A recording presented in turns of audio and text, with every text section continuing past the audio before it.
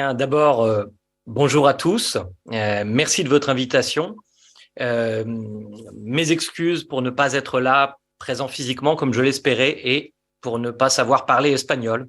Donc, je vais m'exprimer en français à propos d'un sujet qui me tient à cœur et sur lequel je mène des recherches en tant que sociologue depuis des années, c'est-à-dire les nouvelles conditions du marché de l'information. Et pour rejoindre le thème de votre colloque, quel type de compétences sont nécessaires aujourd'hui, en quelque sorte, pour prévenir un certain nombre de dangers qui s'exercent sur nos démocraties et que nous voyons poindre aujourd'hui dans notre présent.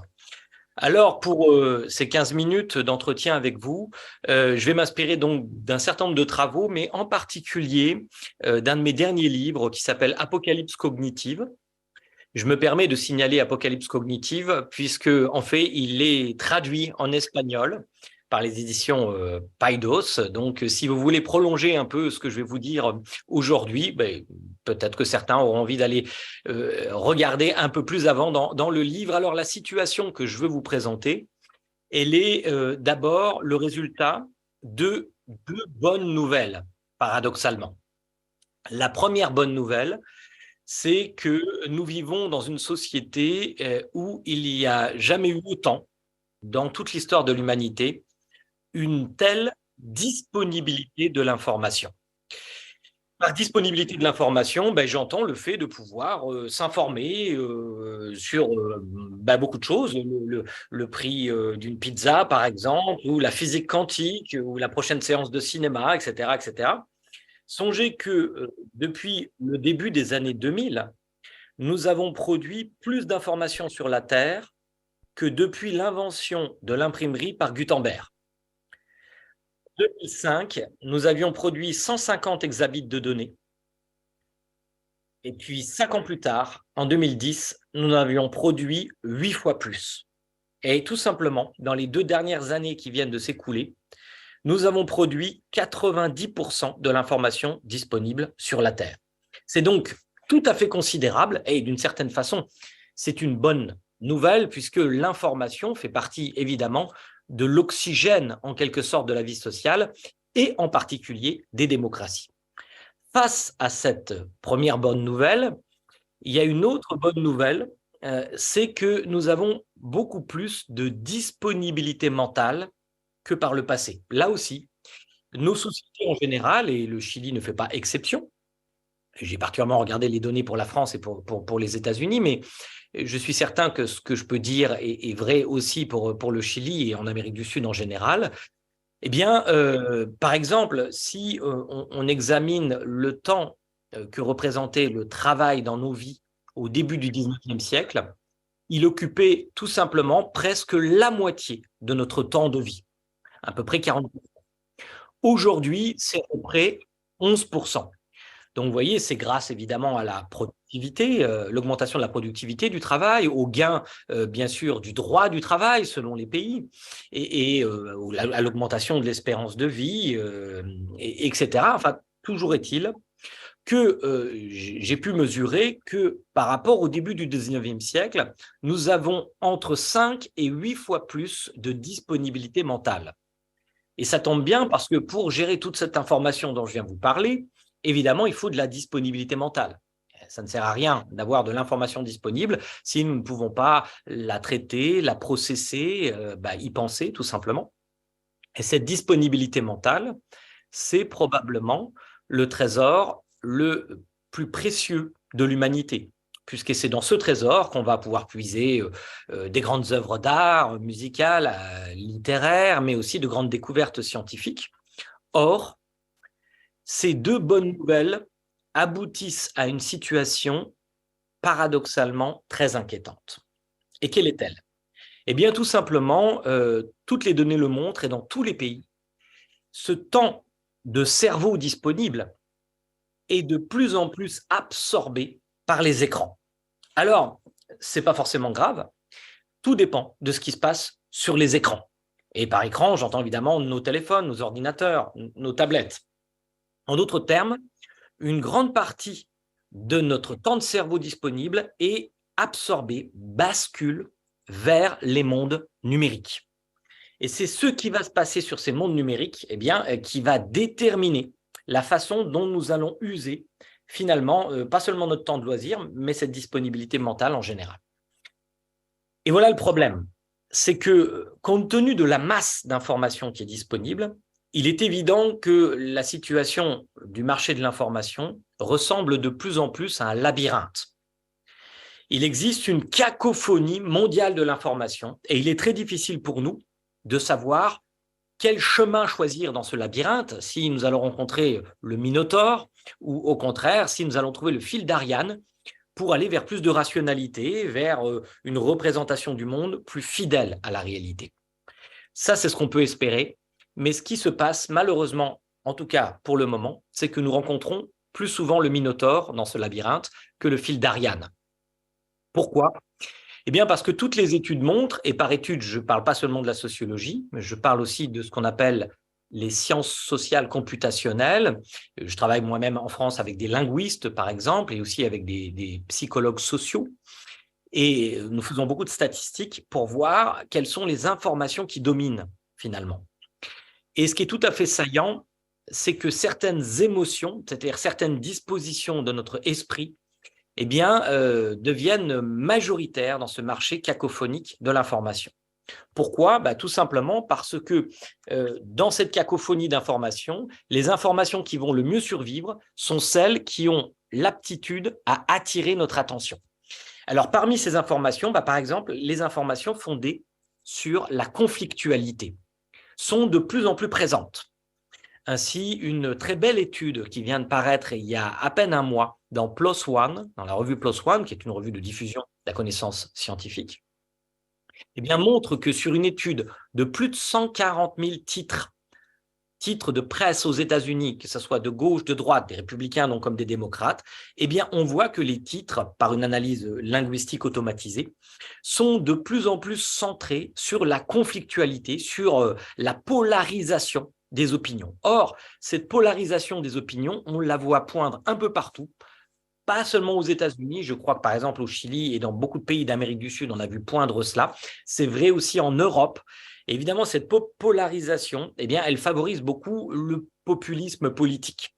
Un autre sentiment qui domine, et on l'a bien vu à l'occasion de la Covid-19 évidemment, mais à bien d'autres occasions, c'est le sentiment de peur. Donc on voit qu'un certain nombre d'émotions, finalement, sont présentes, donnent une prime, un avantage concurrentiel à certaines informations sur le marché. Sur le marché de ce que j'appelle le marché cognitif, c'est-à-dire le marché des informations, qui nous propose des représentations du monde qui sont toutes en concurrence. Car c'est là une des grandes caractéristiques de l'époque contemporaine. Il n'y a jamais eu autant de concurrence ouverte sur le marché des idées, c'est-à-dire de propositions qui prétendent décrire le monde et qui sont en combat les unes avec les autres. Donc la question qu'on peut se poser, puisqu'on observe une augmentation de cette polarisation un peu partout d'ailleurs, et c'est aussi une enquête de la Stanford University qui a montré ça, et le pays où je vis, la France, est malheureusement pour nous particulièrement concerné, mais aux États-Unis, c'est peut-être le pays le plus polarisé du monde en ce moment, on observe un phénomène très inquiétant, c'est qu'il y a une fracture, une rupture de l'espace public, c'est-à-dire d'un espace épistémique, intellectuel commun. En d'autres termes, le danger qui nous menace, c'est de vivre dans la même société, mais plus tout à fait dans le même monde.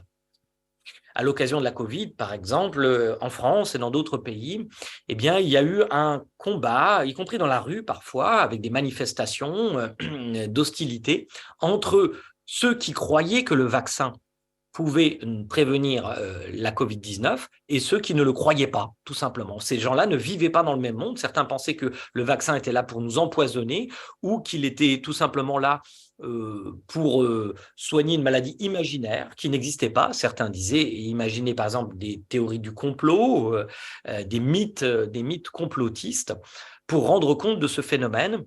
Ces gens vivaient dans la même société, mais plus tout à fait dans le même monde. Et donc l'élément peut-être le plus inquiétant dans toute cette affaire, et la question qu'on doit se poser, c'est dans cette cacophonie d'informations, est-ce que l'information la plus rationnelle, l'information vraie, entre guillemets, part avec un avantage concurrentiel sur l'information fausse, comme on le croyait jadis au moment de la fondation des démocraties. Prenez par exemple Thomas Jefferson, un des grands fondateurs de la démocratie américaine. Eh bien, il prétendait que la vérité n'a pas besoin d'être défendue. Elle se défend toute seule sur un marché libéral de l'information. Mais ce n'est pas vrai.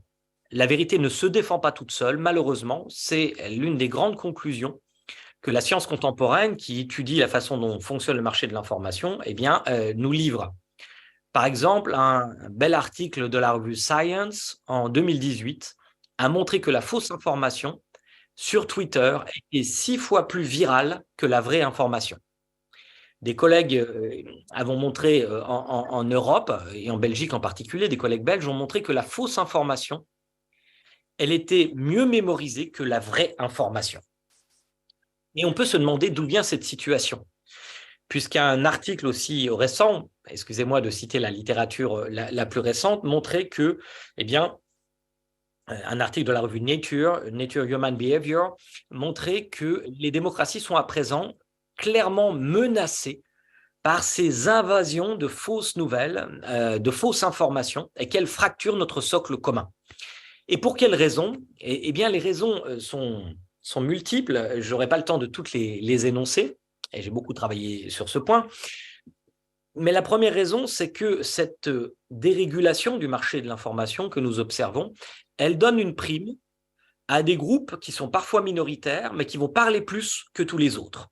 C'est une démocratisation du marché de l'information, Internet, mais c'est une drôle de démocratie où certains votent 1000 fois, tandis que d'autres ne votent jamais. Or, par exemple, les anti-vaccins, nous avons pu le montrer en France comme dans d'autres pays, votent beaucoup plus que les autres. En d'autres termes, ils s'expriment plus que ceux qui croient au vaccin, tout simplement. Donc les vrais anti-vaccins, je ne parle pas de la méfiance vaccinale, les vrais anti-vaccins sont très peu nombreux en réalité, les militants anti-vaccins, mais ils parlent extrêmement fort. Et une étude récente a montré qu'il existe sur les réseaux sociaux qu'on appelle des super diffuseurs, des super spreaders, qui aboutit au fait que 1% des comptes sociaux représentent 33% de l'information qui se diffuse. Et voilà donc une des conditions particulièrement inquiétantes dans laquelle nous nous trouvons. Et donc, face à cela, quel genre de compétences pouvons-nous développer, puisque c'est le thème de cette journée de congrès? Eh bien, là aussi, j'ai rendu un rapport au président de la République française, Emmanuel Macron, qui m'a demandé de présider une commission, et nous avons pu interviewer beaucoup de gens, beaucoup de chercheurs, et puis regarder l'état de la connaissance. Et ça, c'est plutôt une bonne nouvelle, d'une certaine façon. Et j'aboutirai à ma conclusion sur cette bonne nouvelle, parce que je ne veux pas vous désespérer. C'est que la variable qui prédit le plus le fait de croire en des fausses informations ou de diffuser des fausses informations, c'est ce qu'on appelle la pensée paresseuse, ou en anglais la lazy thinking. En d'autres termes, la baisse de notre vigilance intellectuelle. Et donc, la bonne nouvelle, c'est que nous pouvons prévenir une partie du problème en faisant la promotion de programmes de développement de la pensée critique, de l'esprit méthodique, et en particulier auprès des plus jeunes, bien entendu. Car une des raisons pour laquelle la fausse information se diffuse, c'est parce qu'elle va souvent dans le sens de nos attentes intuitives. Je vous donne un exemple pour terminer, notamment à l'occasion de la Covid-19. Vous avez peut-être entendu dire certains qui croyaient que la maladie s'est développée à cause des antennes 5G pour les téléphones. Pourquoi? Parce qu'il y avait une corrélation entre le développement des antennes 5G, à la fois dans le temps et dans l'espace, et le développement de la maladie. C'était tout à fait normal, puisque en fait, on a implanté des antennes 5G dans les grands centres urbains, et c'est bien logique en priorité, et c'est bien sûr dans les grands centres urbains que toute maladie se diffuse plus, parce qu'il y a beaucoup plus d'interactions entre individus, il y a une compacité humaine plus importante, et c'est la raison.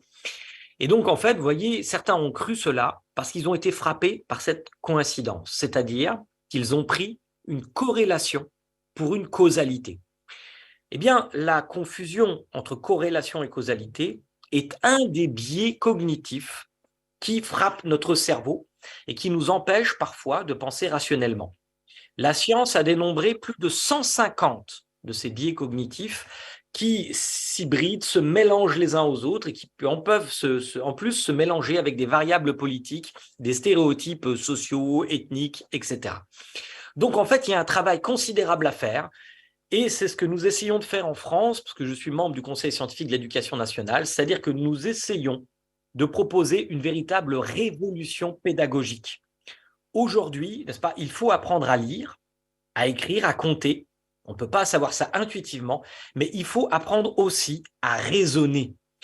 Les enfants dès 18 mois sont dotés de capacités rationnelles, de distinction du vrai et du faux. Et à 24 mois, ils sont capables de faire confiance plus à certaines personnes qu'à d'autres. En d'autres termes, nous avons en nous toutes les ressources pour résister à cette apocalypse cognitive. Seulement, le fait que nous sollicitions ces ressources plutôt que d'autres types de ressources, c'est-à-dire la pensée paresseuse, dépend aussi d'un certain nombre de choix politiques que nous avons faits, par exemple au niveau du ministère de l'Éducation, tout simplement. Mais ça, ce n'est pas seulement pour les enfants, vous savez, les enfants sont particulièrement concernés, mais nous sommes tous concernés, puisque les enquêtes montrent aussi que ce ne sont pas les plus jeunes qui diffusent le plus de la fausse information, c'est plutôt les plus âgés. Donc, vous voyez, nous avons un travail considérable à faire pour augmenter notre compétence face à cette apocalypse cognitive. Je vous remercie.